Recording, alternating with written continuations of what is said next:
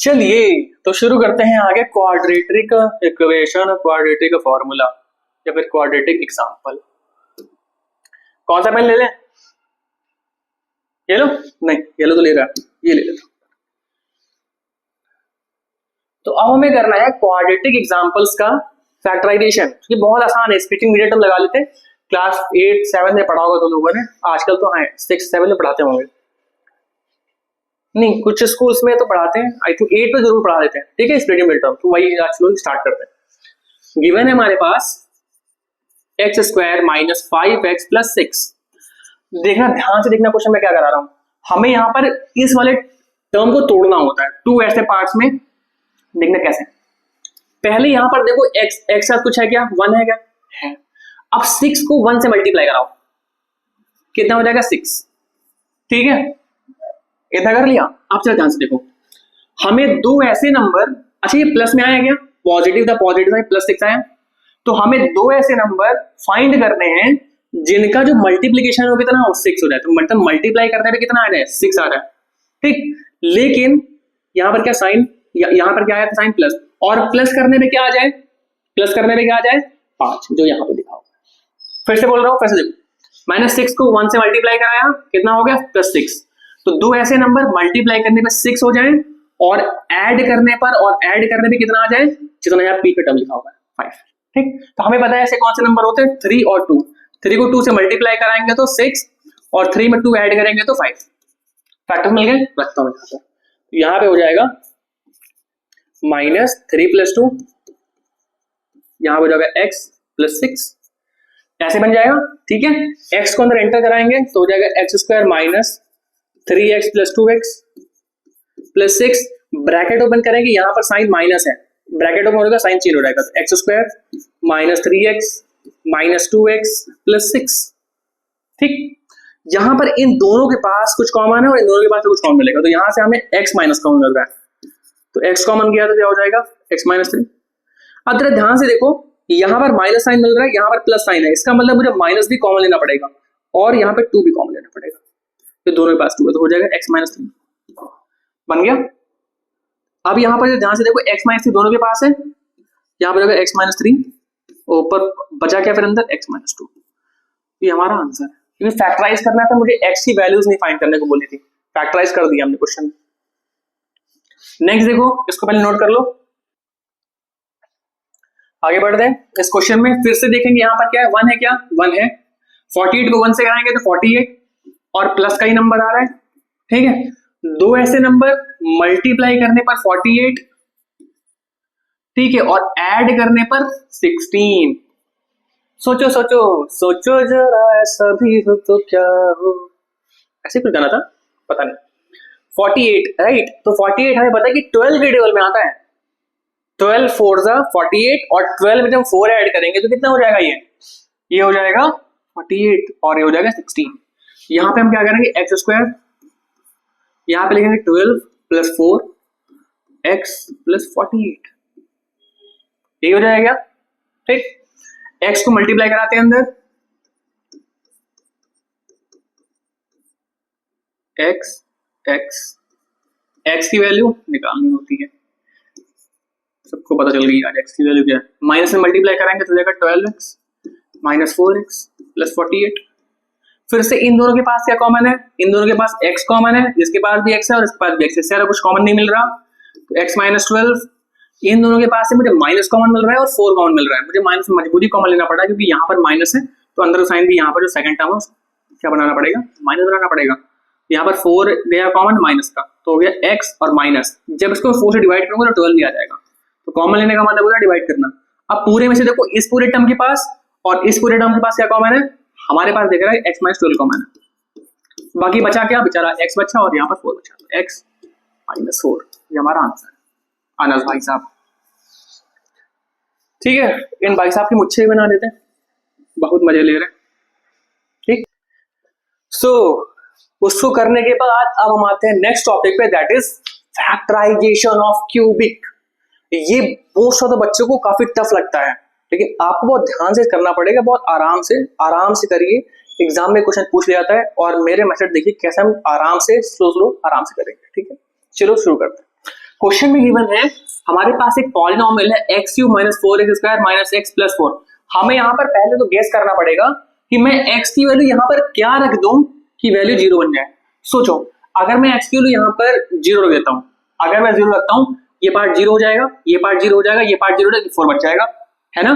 तो x की value मैं 0 नहीं रखता, अब हमें x की वैल्यू 1 रखनी पड़ेगी। तो एक बार x की वैल्यू 1 रखता हूँ, तो यहाँ हो जाएगा 1 का क्यूब माइनस 4 1 का स्क्वायर माइनस 1 प्लस 4। ध्यान से देखता हूं अगर, तो यहाँ पे हो जाएगा 1 माइनस 4 माइनस 1 प्लस 4। ये से ये खत्म, ये से ये खत्म। अरे वाह, 0 आ गया। हमें ऐसी वैल्यू फाइंड करनी होती है x की जिसकी वजह से पूरी वैल्यू 0 हो जाए, और मोस्ट ऑफ द चांसेस में -2 -1 0 1 2 और रेयर केस में -3 तक भी वैल्यू चली जाती है। बस इतने में आपका आंसर मिल जाएगा, आपको फैक्टर्स मिल जाएंगे। ठीक, तो इसका मतलब ये है कि P1 जो है इसको डिवाइड कर दे रहा है। अब हमने पीछे फैक्टर थ्योरम पढ़ी थी, इसका मतलब x माइनस ए मतलब 1 is a factor of px।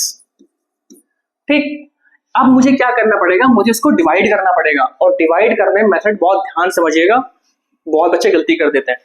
अब मुझे क्या करना है, इससे मतलब x माइनस 1 से डिवाइड करना है। क्या डिवाइड करना है, एक्स क्यूब माइनस 4x²। इसको इसी मेथड से करिएगा, बहुत इजी है।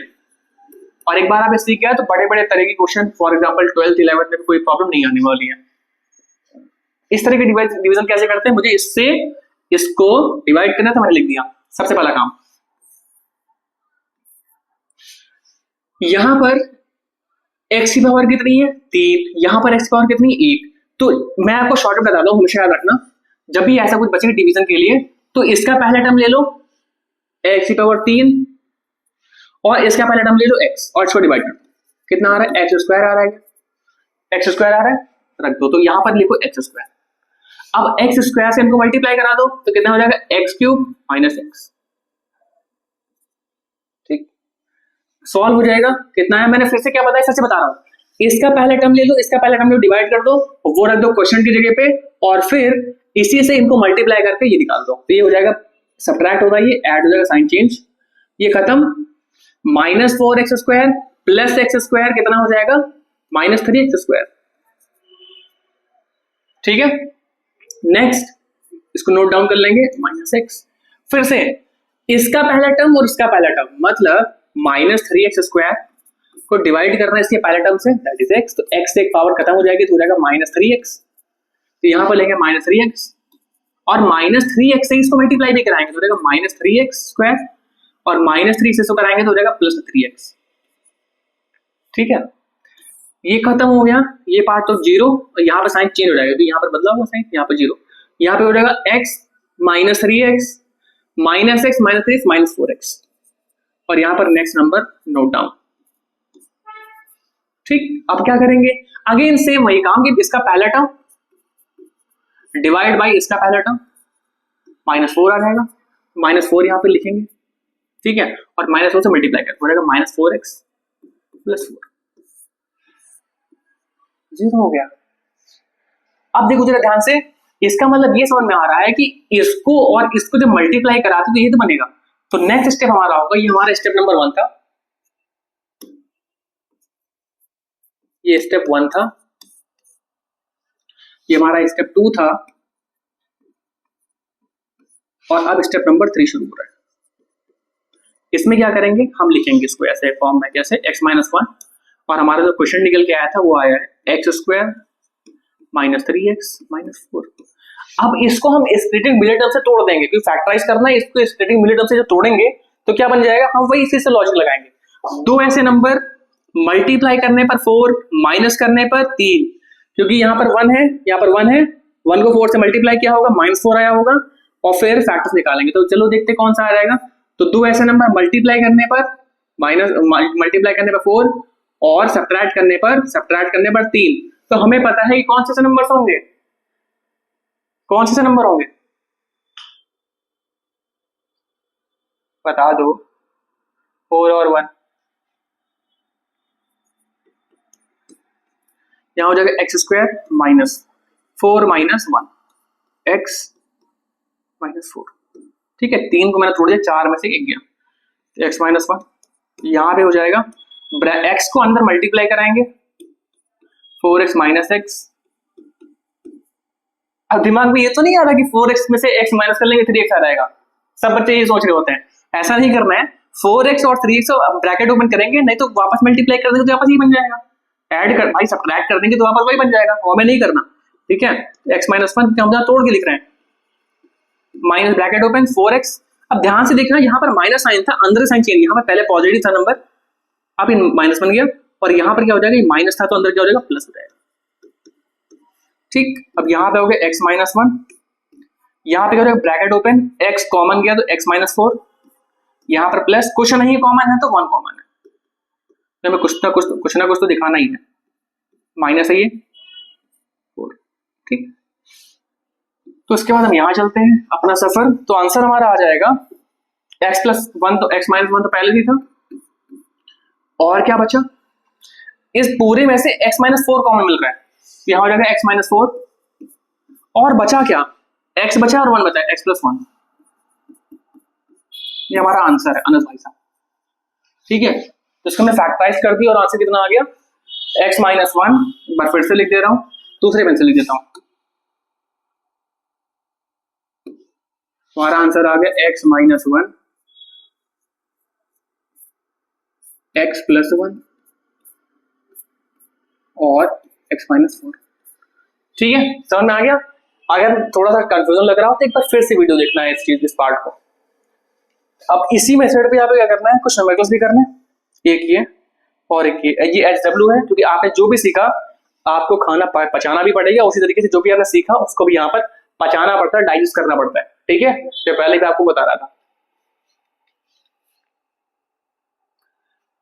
अब आगे बढ़ते हैं,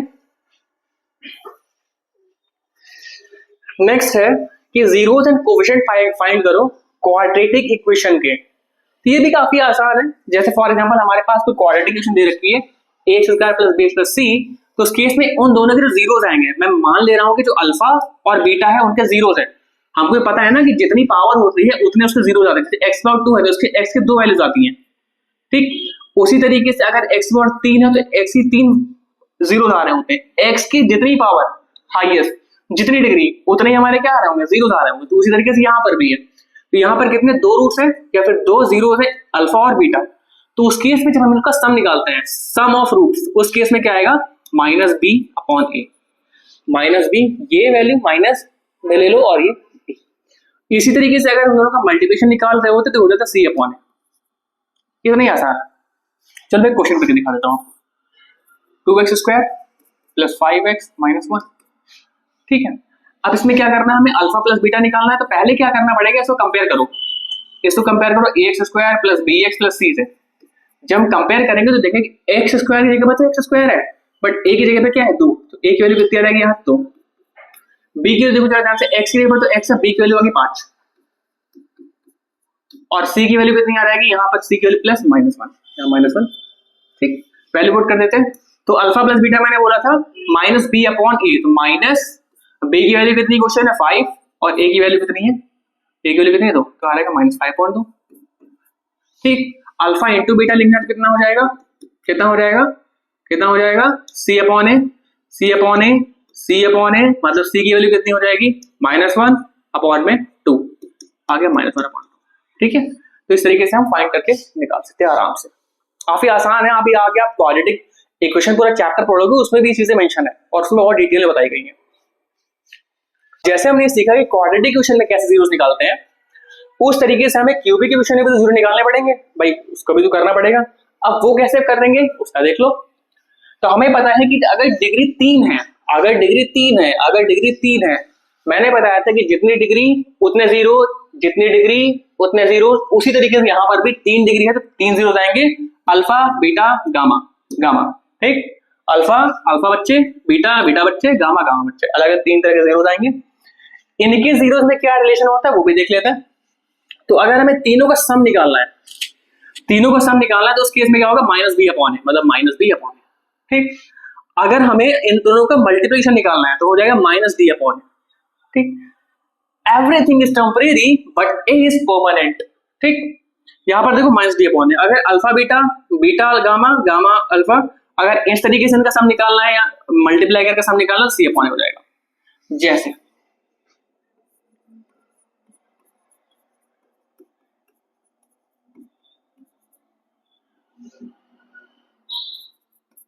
ऐसे दे रखा है एग्जांपल के लिए, तो अगर हम यहाँ पर alpha plus beta plus gamma निकालना हो,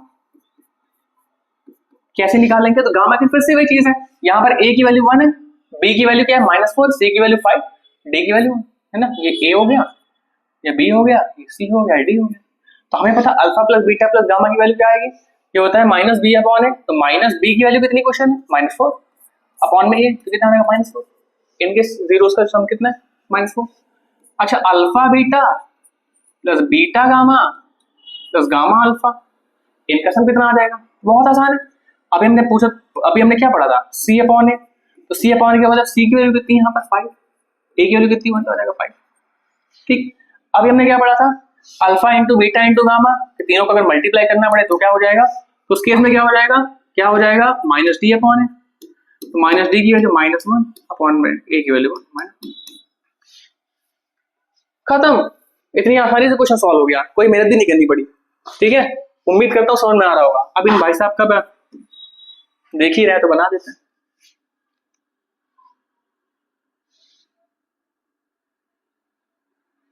नेक्स्ट टॉपिक कि अगर हमें क्वाड्रेटिक फॉर्मूला बनाना हो तो कैसे बनाएंगे, तो उसके लिए बेसिक सा टेम्पलेट है, ये x² लिख दो, ठीक, सम ऑफ द रूट्स निकाल लो, प्रोडक्ट ऑफ द रूट्स निकाल लो, इस फॉर्म में रख दो। बहुत आसान, देखो पहले x² होता है, फिर माइनस साइन कंपलसरी है, फिर क्या आ जाएगा, दोनों का सम लिख दो, फिर x लगा दो, फिर अल्फा इंटू बीटा लिख दो इक्वल टू 0 लिख दो, क्योंकि इक्वेशन बोली है इसलिए यहाँ पर इक्वल टू 0 जरूर आएगा।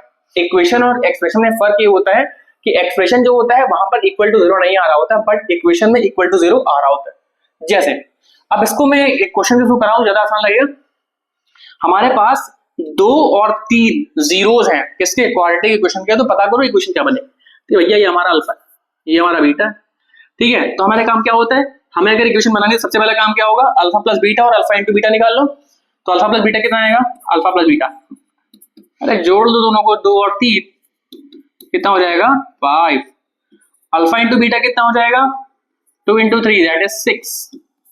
वैल्यू पुट कर देते तो हमारा इक्वेशन क्या होती है, x² minus alpha plus beta x, और फिर यहाँ पर अल्फा बीटा, यही तो होता है, x² minus alpha beta, alpha plus beta की वैल्यू 5 है तो 5x प्लस अल्फा बीटा की वैल्यू कितनी 6 इक्वल टू 0। ये हमारी इक्वेशन बन गई। ठीक है, आसान था, समझ में आ गया, कर लोगे आगे क्वेश्चंस, हाँ कर लोगे, ठीक है।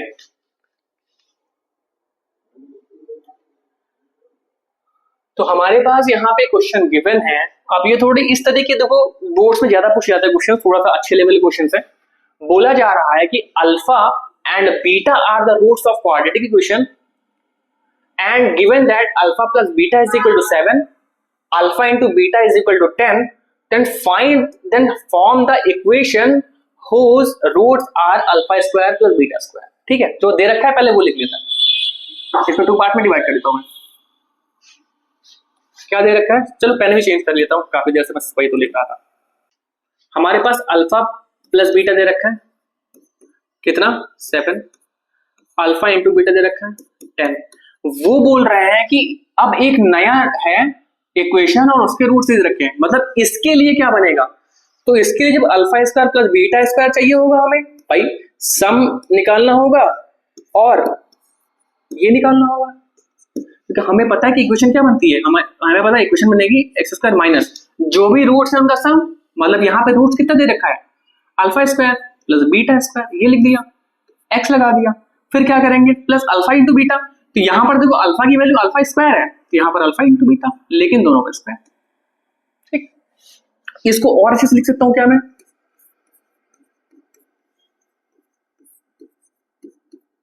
ऐसे भी लिख सकते हैं ना, दोनों पे स्क्वायर लगा तो ऐसे लिख दो, और इक्वल टू 0 तो बना भैया लगाना मत भूलना, इक्वेशन है। ठीक, अब जरा ध्यान से देखो, हमारे पास अल्फा प्लस बीटा दे रखा है, हमारे पास अल्फा बीटा दे रखा है, हमारे पास ऐसी कोई प्रॉपर्टी होती है क्या, फिर ऐसा कोई फॉर्मूला जिसकी हेल्प से हम डायरेक्टली निकाल पाए, निकाल सकते हैं। आइए मैं दिखाता हूँ कैसे। यहाँ पर लिखना अल्फा प्लस बीटा का होल स्क्वायर होता है alpha square plus beta square plus 2 alpha beta, यही होता है। अगर मुझे ये वाली रिजल्ट चाहिए, ध्यान से देखो, अल्फा प्लस बीटा का स्क्वायर चाहिए, तो यहाँ पे करता हूँ 2 अल्फा बीटा को इधर शिफ्ट कर दूंगा एक तरफ, कितना हो जाएगा अल्फा प्लस बीटा का square whole square and plus and minus 2 alpha beta is equal to कितना अल्फा स्क्वायर बीटा स्क्वायर। ठीक है, अब मैं यही वैल्यू उठाकर यहाँ पुट करने जा रहा हूँ, देखने जा ध्यान से। यहाँ पर हो गया अल्फा प्लस बीटा का whole square minus 2 alpha beta.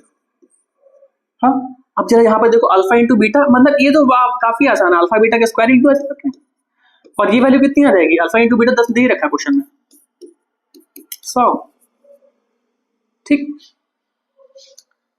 अब इसकी हेल्प से फॉर्मूला लगा लेंगे हम, कैसे निकालेंगे देखो जरा ध्यान से।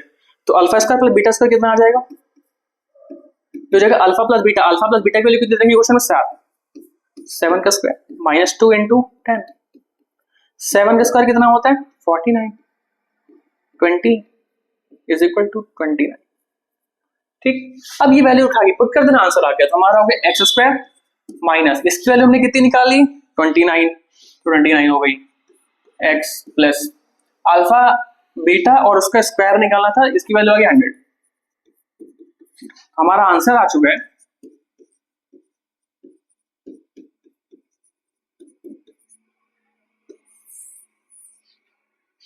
ठीक है, आसान था। इस तरह के एग्जाम में काफी क्वेश्चन पूछे जाते हैं, और कभी कभी बोल देते हैं कि 1 अल्फा 1 बीटा उसके रूट में तब कैसे निकालोगे, तो बहुत आसान है, ऐसे निकालना होता है।